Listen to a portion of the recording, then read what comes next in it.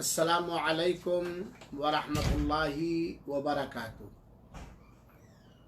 अल्हम्दुलिल्लाह वस्सलातु वस्सलामु अला रसूलिल्लाह व अला आलिहि व अज़वाजिहि व अस्हाबिहि व मन वाला इला यौमिद्दीन। नाज़रीन किराम, काबिल एहतराम हमारे मुसलमान माँ और बहनों, अजीज़ों और दोस्तों और बुज़ुर्गों, वादा के मुताबिक रमज़ान के इस शरई कोर्स में हाज़िर खिदमत हूँ, इस उम्मीद के साथ कि आप लोग बग़ौर इस दर्स को सुनेंगे और समझने की कोशिश करेंगे। अल्लाह ताला हमें इखलास के साथ ज़िम्मेदारी की अदायगी का एहसास करते हुए मुनासिब अंदाज में इस दर्स की वजाहत करने की तौफ़ीक़ अता फ़रमाए, क़बूल फ़रमाए और हमारे लिए, हमारे वालिदैन के लिए, हमारे सारे असातिज़े किराम के लिए और आप सब के लिए सदक़े जारिया बनाए, आमीन। आज के दर्स का उन्वान है कि हैज़ और निफास और दूध पिलाने वाली औरतें या हमल वाली औरतें भी रोज़ा रमज़ान के अंदर तोड़ सकती हैं। और ये ऐसे मसाइल हैं जिनका खुसूसी ताल्लुक़ और रब्त औरतों से है, लेकिन अगर देखा जाए तो इन सारे हालात का ताल्लुक़ डायरेक्ट या इनडायरेक्ट मर्दों से भी है। चुनाचे ऐसे मसाइल को औरतों के साथ साथ मर्दों को भी सुनना और समझना चाहिए, और इसलिए भी सुनना चाहिए, समझना चाहिए क्योंकि ये दीन का मसला है और इस पर अमल भी करना है और दूसरों को बतलाना भी है।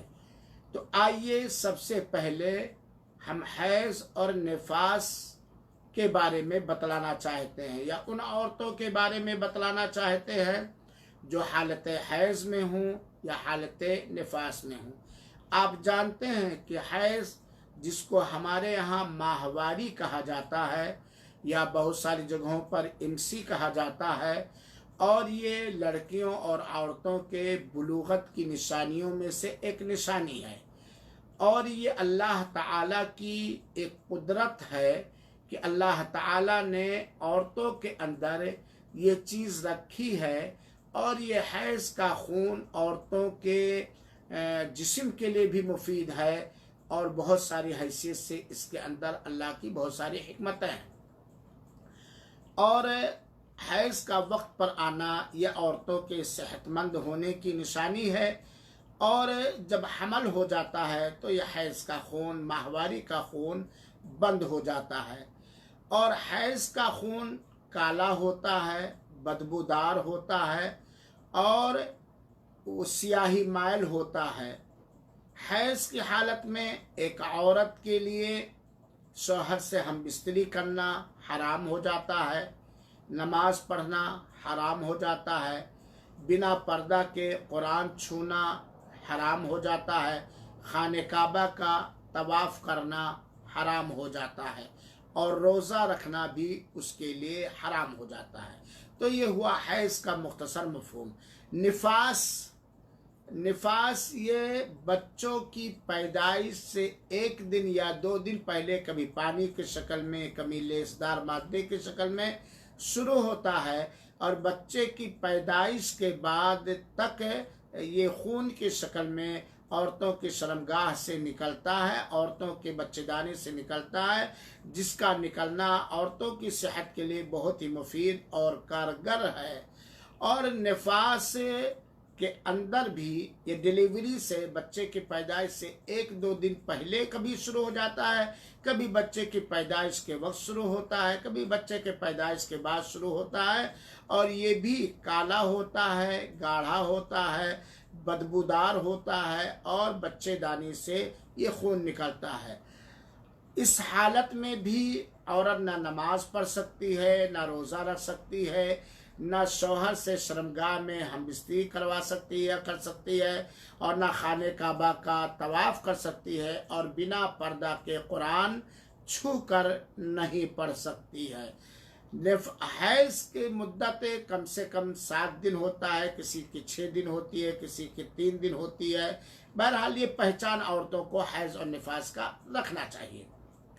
और नफास की मुद्दत ज़्यादा से ज़्यादा 40 दिन होती है, लेकिन बच्चे की पैदाइश के बाद अगर 10 दिन के अंदर खून आना बंद हो जाए और चूने कलर का पानी आने लगे तो समझे कि उसका नफास ख़त्म हो गया। 15 दिन के अंदर भी ख़त्म होते ही उसे नहाना पड़ेगा और नमाज रोज़ा उसे शुरू करना पड़ेगा। ये एक जहालत की बात है कि बहुत सारी औरतों के अंदर ये बात मशहूर है, बल्कि बहुत सारे मर्दों के अंदर भी ये बात मशहूर है कि नहीं 40 दिन बच्चे की पैदाइश के बाद नमाज रोज़ा सब मना। बात ऐसी नहीं। असल है नफास के डिलीवरी के बाद जो खून जारी होता है पैदाइश के बाद, उस खून का बंद हो जाना। जैसे ही बंद हो जाए 20 दिन में, 30 दिन में, 35 दिन में, 18 दिन में फ़ौरन वो नहाएगी और वो फिर नमाज रोज़ा सब शुरू कर देगी। और यही एक लगा हुआ मसला एक और जान लीजिए, बड़ा अहम है कि ठीक है 40 दिन तक नफास का खून जारी रहा और 41वें दिन भी खून जारी है, 42 दिन के बाद भी खून जारी है, तब ऐसी औरत को अपने खून का पहचान करना पड़ेगा। अगर 40 दिन तक बच्चे के पैदाइश के 40 दिन के बाद भी खून जारी है और फिर 41वें दिन भी जारी है, 42वें दिन भी जारी है, तो वो औरत देखेगी कि कहीं ऐसा तो नहीं कि नफास के ख़त्म होते ही फ़ौरन हैज़ आ गया है।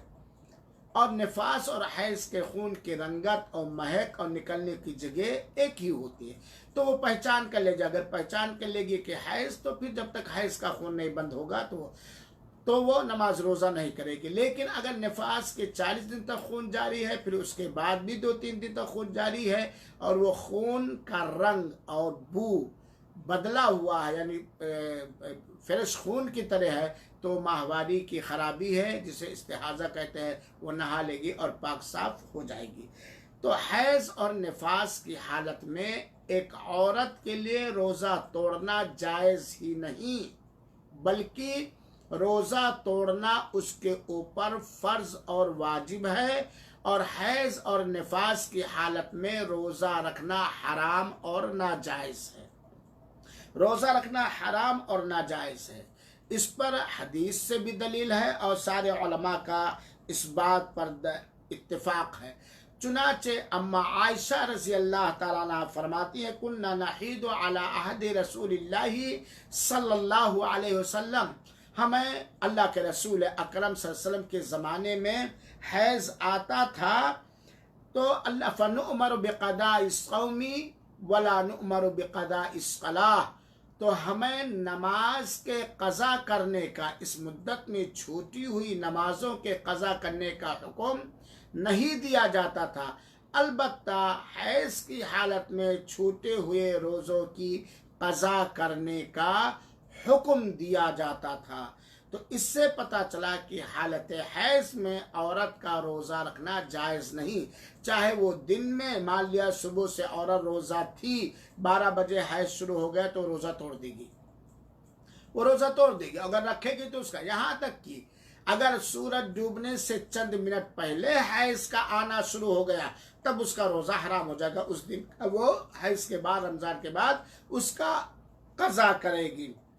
और हज़रत अबू सईद खुदरी रज़ी अल्लाह ताला कहते हैं कि अल्लाह के रसूल अकरम सल्लल्लाहु अलैहि वसल्लम ने फरमाया, अलैसत इदा हादत लम तुसल्ली व लम तसुम, क्या बात ऐसी नहीं है, और ये सब मुत्तफ़क़, ये सब जो है मुत्तफ़क़ अलैह रिवायतें हैं, क्या बात ऐसी नहीं कि जब औरत को हैज़ आ जाता है तो वो ना रोज़ा रखती है और ना वो नमाज पढ़ती है।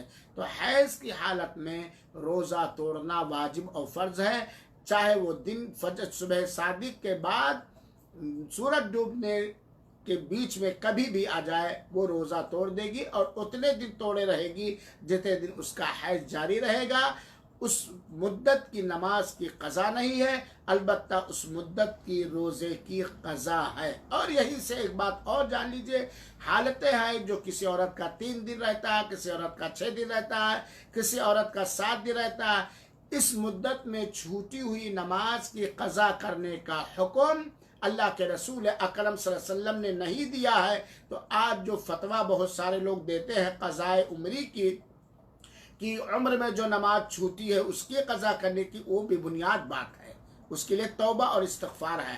क़ज़ाए उम्री नाम की कोई नमाज नहीं। और जो हुक्म हैज़ का है, हैज़ के खून का है, हैज़ की हालत का है, वही हुक्म जो है निफास का भी है।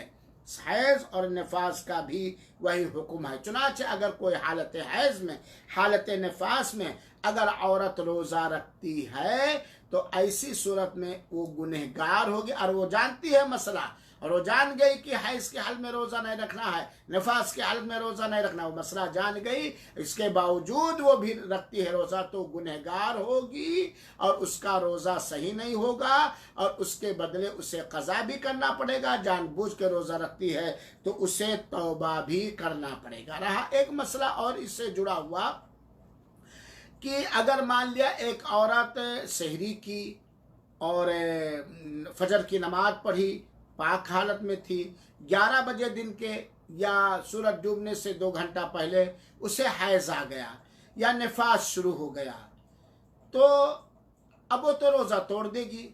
तो क्या जो दिन का बाकी हिस्सा है उसमें भी खाने पीने से एहतियात करें रमज़ान के एहतराम में?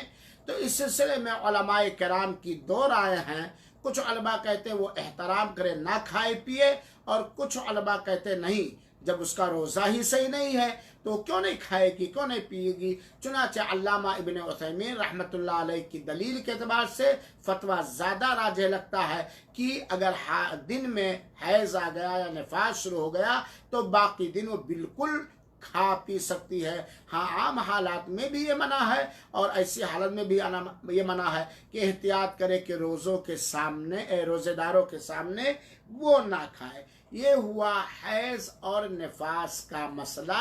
हालत हैज़ में रोज़ा रखना सही नहीं, हालत निफास में रोज़ा रखना सही नहीं। उन हालतों में जो नमाज छूटी उसकी क़ज़ा नहीं की जाएगी, बाकी हालतों में क़ज़ा की जाएगी। हैज़ और निफास से जुड़ा हुआ एक बहुत अहम तरीन मसला है जो अक्सर औरतें नहीं जानती हैं, और उसको अरबी में इस्तिहादा कहा जाता है और हमारी ज़बान में माहवारी की खराबी होती है।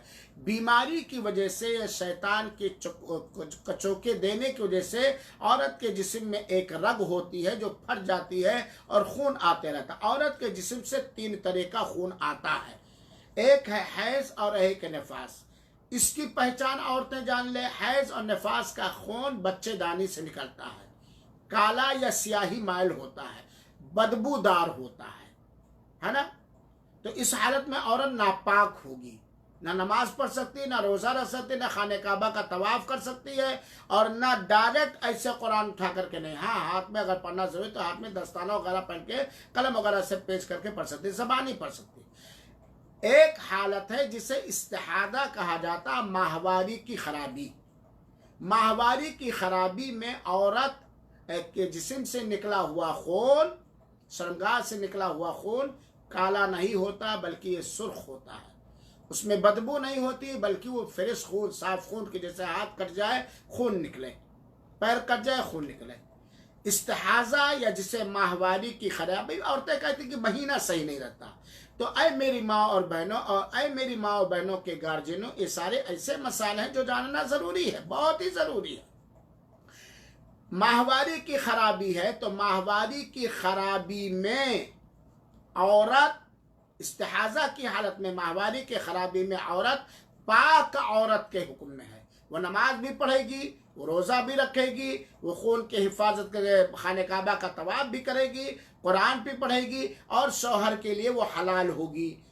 हैज और निफास में खाली शौहर के लिए वो हलाल नहीं है, लेकिन इस्तिहाजा जिसको माहवारी की खराबी कहते हैं वो औरत पाक औरत के हुक्म में है, लिहाजा वो इस्तिहादा की हालत में माहवारी की खराबी के हालत में रोज़ा रखेंगी। और बड़े अफसोस के साथ ये बात कहनी पड़ती है कि हमारे समाज की बहुत सारी औरतें और उनके गार्जियन, उनके शौहर लोग, उनकी माएँ ये मसला नहीं जानती, हैज निफास और इस्तिहादा माहवारी की खराबी का मसला नहीं जानती, इसलिए थोड़ा सा खून देखती है, नमाज छोड़ देती है, रोज़ा छोड़ देती है, अपने आप को नापाक तस्वर करने लगती। इसलिए औरतों को यह मसला जानना ज़रूरी है। और एक बेहतरीन किताब है औरतों के खुसूसी मसाइल, उर्दू में और अल्हम्दुलिल्लाह हिंदी में भी हो रहा है, ये बहुत सारी जगहों पर छपी है, खाकसार ने अरबी से इसको तर्जमा किया।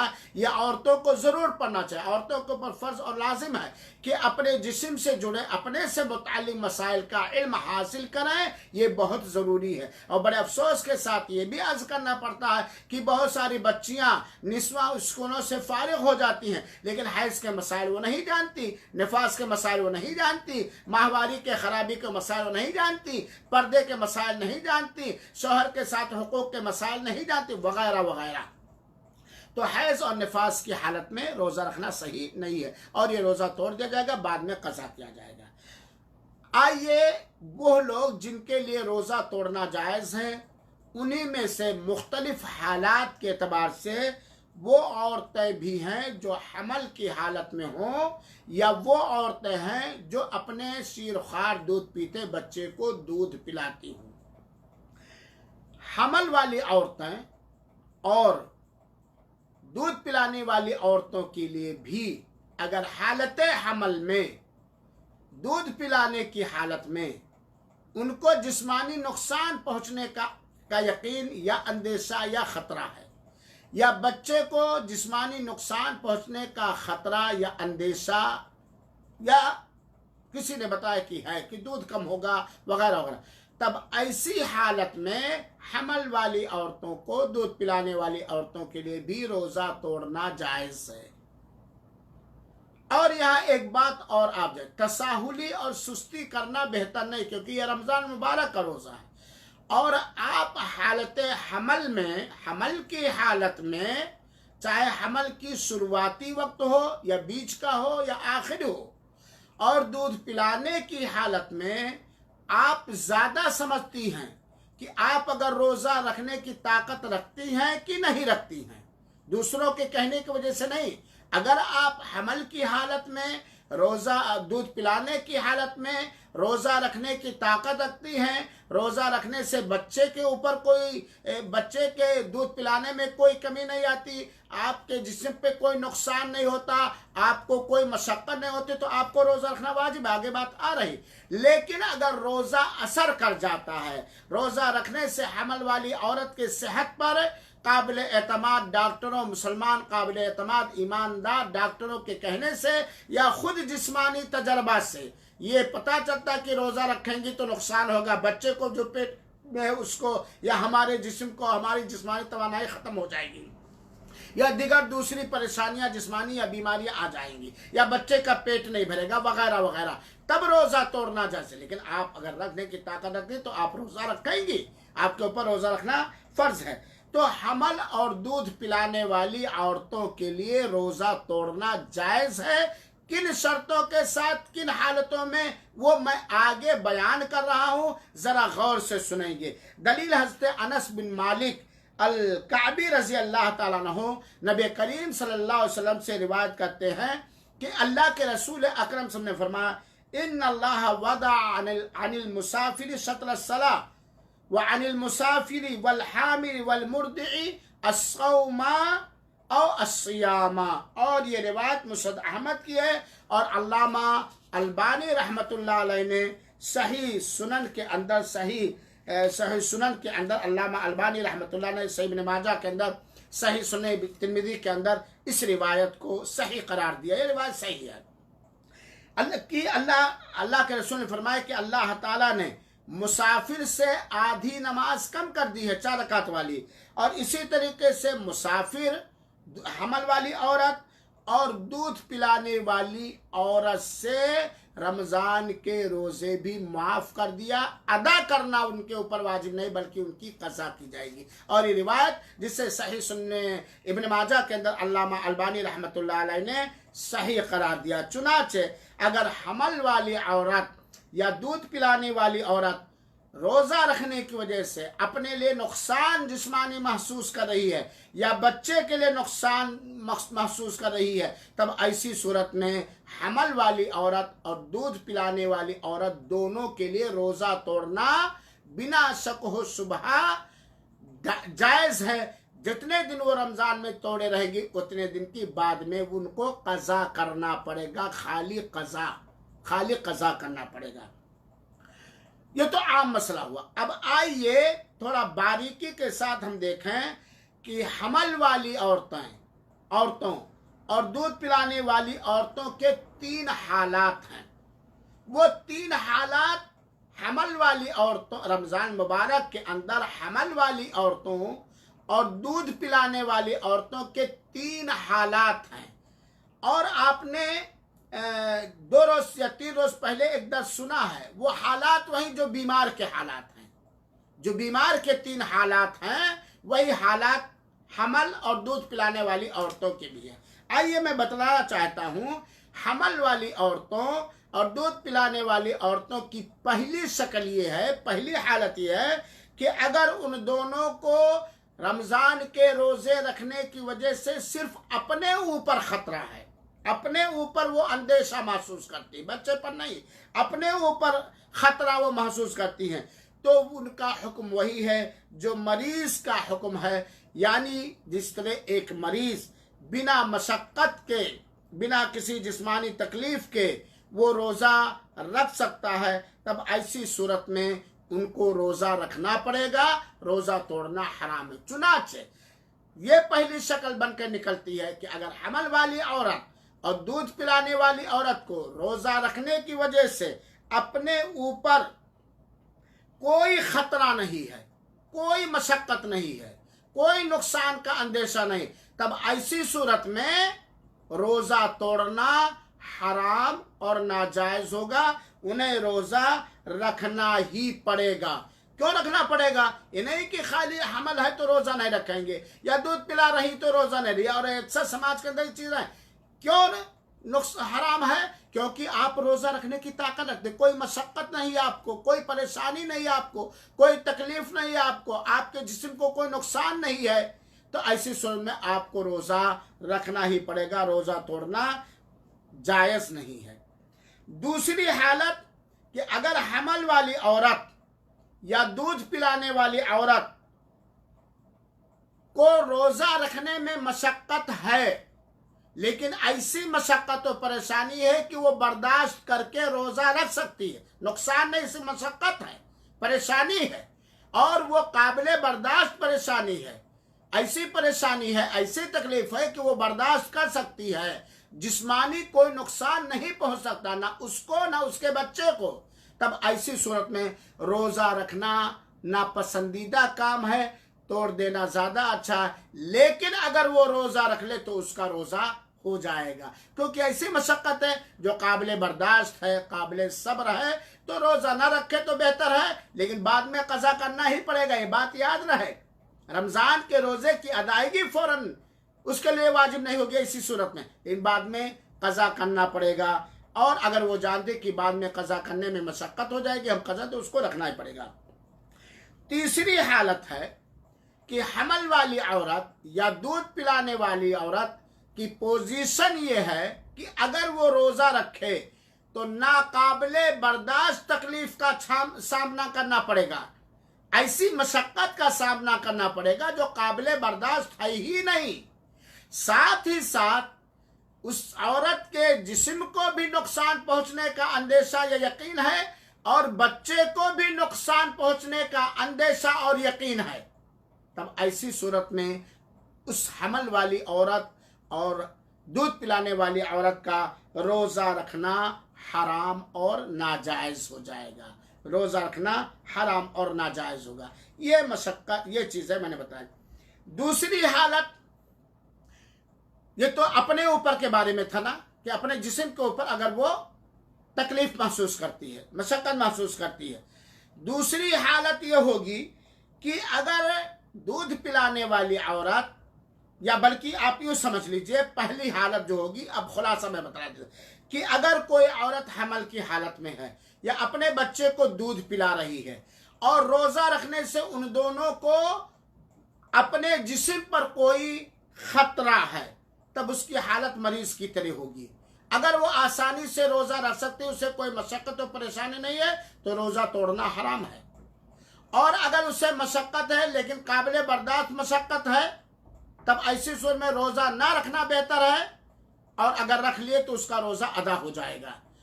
और अगर ऐसी हालत है कि रोज़ा रखने से उसे नुकसान पहुंच रहा है, नाकाबिले बर्दाश्त तकलीफ है और ज़रर और नुकसान भी पहुंच रहा, तब रोज़ा रखना उसके लिए हराम और नाजायज़ है। ये जब अपने ऊपर रोज़ा रखने से खौफ व ख़तरा महसूस करें, मशक्क़त महसूस करें, तब ये बात है। दूसरी हालत हमल वाली और दूध पिलाने वाले की है कि उसको अपने जिस्म पर कोई अंदेशा और ख़तरा नहीं है, लेकिन उसको हैज़ दूध पिलाने वाली औरत को या हमल वाली औरत को डर है अपने बच्चे पर, अपने जिस्म पर माशाअल्लाह तंदुरुस्त है, ठीक ठाक है, उसको कोई खतरा नहीं, रोज़ा रख सकती है। लेकिन वो तो रोज़ा रख सकती है, लेकिन रोज़ा रखने से उसके हाथ में, उसके गोद में, उसके पेट में जो शौहर की एक अमानत है, जो उसकी औलाद या ज़ुर्रियत है, उसके ऊपर खतरा। औरत के जिस्म पर, दूध पिलाने वाली औरत के जिस्म पर कोई टेंशन नहीं, और हमल वाली औरत के जिस्म पर कोई टेंशन नहीं, लेकिन खतरा है उसके बच्चे का। तब ऐसी सूरत में रोज़ा वो दोनों नहीं रखेंगे, ना हमल वाली औरत रोज़ा रखेगी और ना ही दूध पिलाने वाली रोज़ा, क्योंकि मासूम बच्चे की जान बचाना माँ के ऊपर फर्ज और वाजिब है। समझे?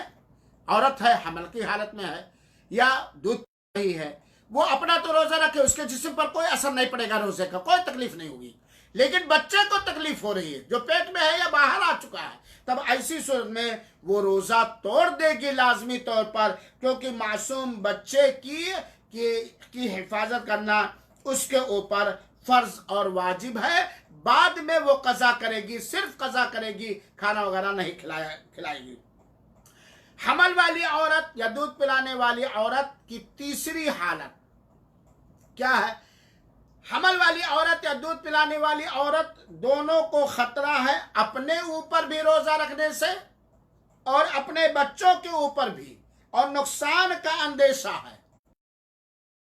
लापरवाही की बात नहीं है या बहाने की बात नहीं। तब ऐसी सूरत में दोनों औरतों को रोज़ा तोड़ ही देना पड़ेगा। यानी हमल की हालत में औरत है या दूध पिला रही है, अगर वो रोज़ा रखे तो इन दोनों को भी तकलीफ और मशक्क़त, नाकाबिल बर्दाश्त मशक्क़त होगी, जिस्मानी नुकसान भी पहुंच सकता है, बच्चे के लिए भी नुकसानदेह है अंदाजे से या काबिल एतमाद डॉक्टरों की रिपोर्ट से, है ना। तब ऐसी सूरत में रोज़ा रखना उसके लिए सही नहीं होगा, बल्कि उसे रोज़ा तोड़ देना पड़ेगा और बाद में उसकी क़ज़ा करनी पड़ेगी। तो खुलासा ये निकला कि हमल वाली औरत और दूध पिलाने वाली औरत की वही हालत है जो बीमार आदमी की हालत है, और ये एक तरह से बीमारी महसूस की जाती है। अगर अपने ऊपर उसको कोई ख़तरा नहीं है, तब ऐसी सूरत में वो रोज़ा रखेगी। खतरा मशक्क़त, कोई मशक्क़त नहीं तो रोज़ा रखेगी, मशक्क़त है और काबिल बर्दाश्त मशक्क़त है तो रोज़ा ना रखना सही है, लेकिन रोज़ा तोड़ रख ली तो उसका अदा हो जाएगा। ऐसी मशक्क़त है जो काबिल बर्दाश्त है ही नहीं, बर्दाश्त करने के लायक नहीं, तो रोज़ा तोड़ना फ़र्ज और वाजिब हो जाएगा। और अगर ऐसी औरतों को अपने बच्चे के ऊपर ख़तरा है, तब ऐसी सूरत में रोज़ा उसे तोड़ देना पड़ेगा, क्योंकि मासूम की जान बचाना उसके ऊपर फ़र्ज और वाजिब है।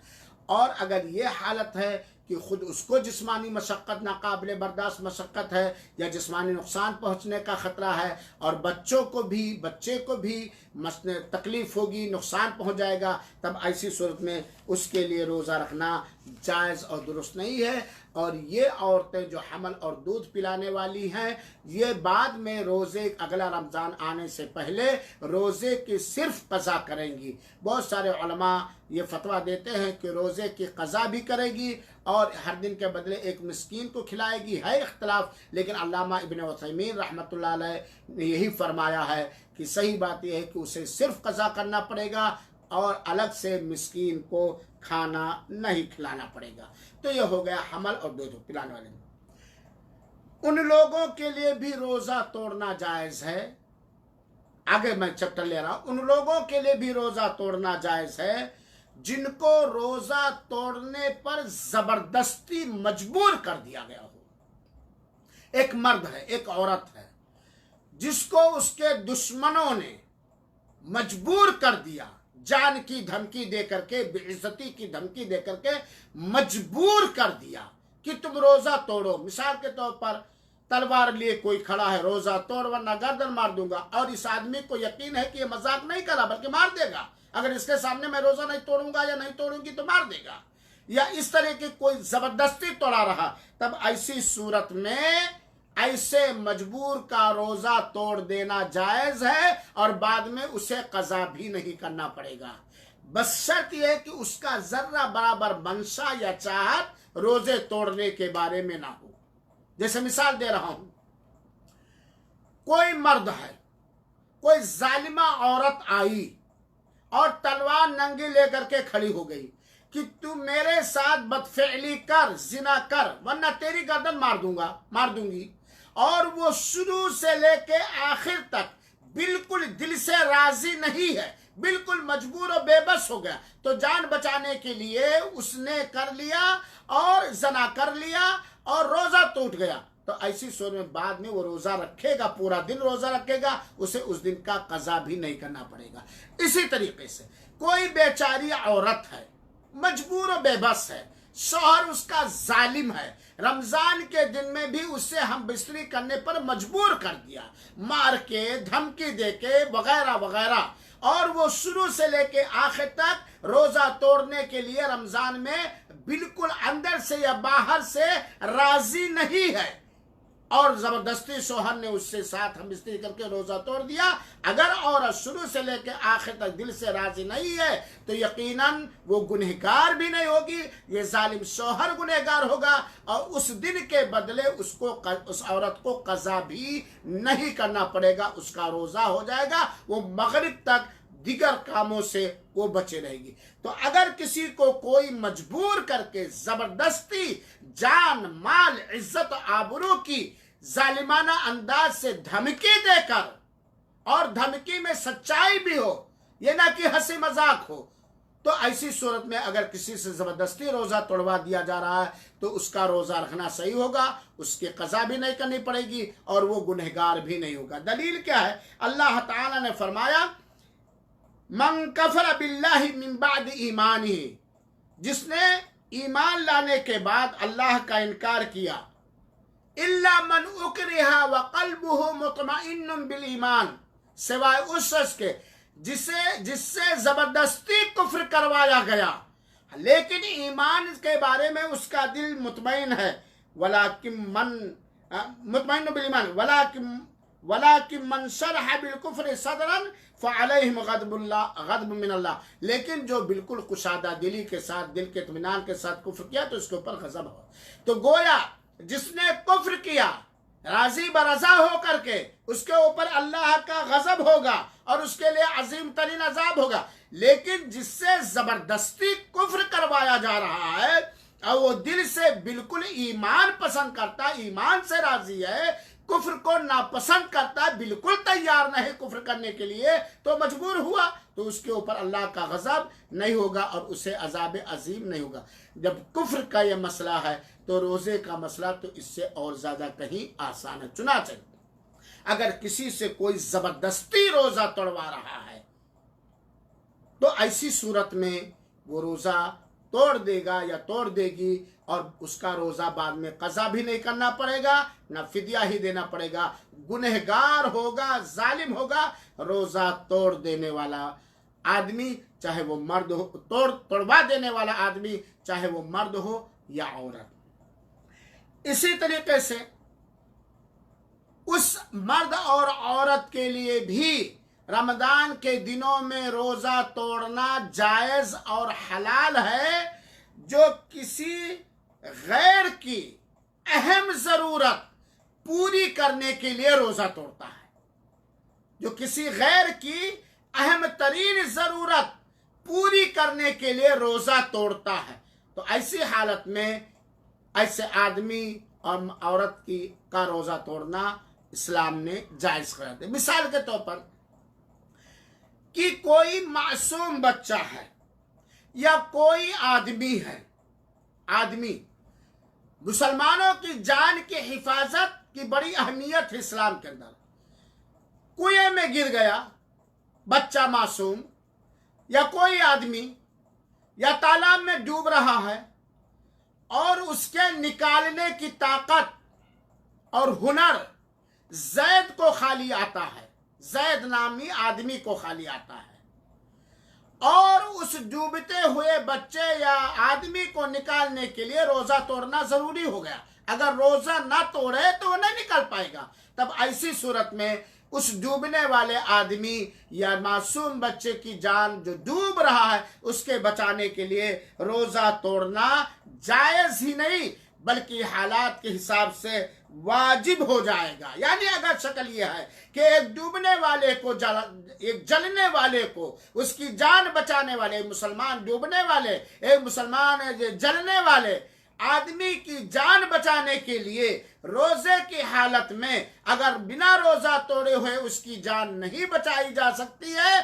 तब ऐसी सूरत में रोजा तोड़ देना वाजिब हो जाएगा और उस मुसलमान की जान बचाना उसके लिए वाजिब हो जाएगा। और जो उसने कज़ा किया है, वो जो तोड़ा है, तो उसकी कज़ा करनी ही पड़ेगी। मिसाल के तौर पर दूसरे अंदाज में समझा कि किसी गांव में आग लग गई, पूरा गांव भस्म होता जा रहा है, जानी और माली नुकसानात हो रहे हैं।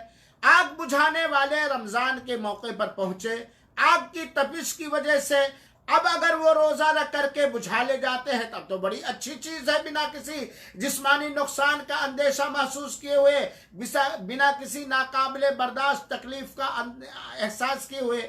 लेकिन अगर गांव में लगी हुई आग को बुझाने के लिए और इंसानों के जलने वाले इंसानों के निकालने के लिए रोजे की हालत में बगैर रोजा तोड़े हुए नहीं निकाल सकते हैं, तब ऐसी सूरत में उनके ऊपर रोजा तोड़ना फर्ज और वाजिब हो जाएगा और उनके लिए उस हालत में रोजा तोड़ना जायज है। जितना दिन उन्होंने रोजा तोड़ा है उसकी कज़ा करनी पड़ेगी, लेकिन यहाँ रोजा तोड़ना पड़ेगा। यह है इस्लाम की रहमदिली। आज मालूम नहीं कैसे लोग कहते हैं इस्लाम में कठोरता है, इस्लाम में इस्लाम आतंकवादियों को जन्म देता।